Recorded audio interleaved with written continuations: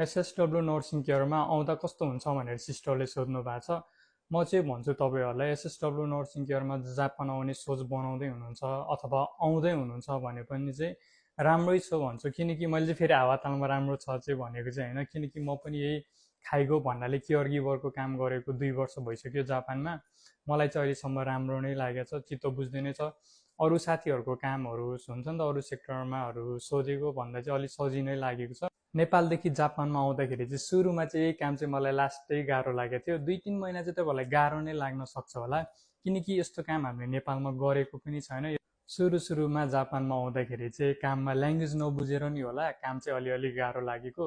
तपाईँहरू पनि जापानमा आउन चाहनुहुन्छ भने स्टुडेन्ट नै किन नहोस्, एसएसडब्ल्यू नै नहोस्, जुनसुकै भिजामा आउँदाखेरि पनि तपाईँहरूले चाहिँ ल्याङ्ग्वेज चाहिँ मजाले पढेर आउनु होला, न त यहाँ आएर चाहिँ अलिक दुःख पाउन सक्नुहुन्छ है त। त्यही मैले जस्तो दुःख नपाउनको लागि चाहिँ तपाईँहरूले चाहिँ ल्याङ्ग्वेज मजाले पढेर मिनिङहरू फर्महरू मजाले पढेर आउनुहोस् है। खाइगोको कामको लागि तपाईँहरू जापान आउँदै हुनुहुन्छ भने चाहिँ मेन्टली स्ट्रङ चाहिँ भएर आउनुहोस् है। यति कुरा चाहिँ याद राख्नुहोस्। अरू कुरा म नेक्स्ट भिडियोमा धेरै कुराहरू गर्नेछु खाइगोको बारे। अब मेरो काम कस्तो छ भनेर म त्योहरू पनि भन्ने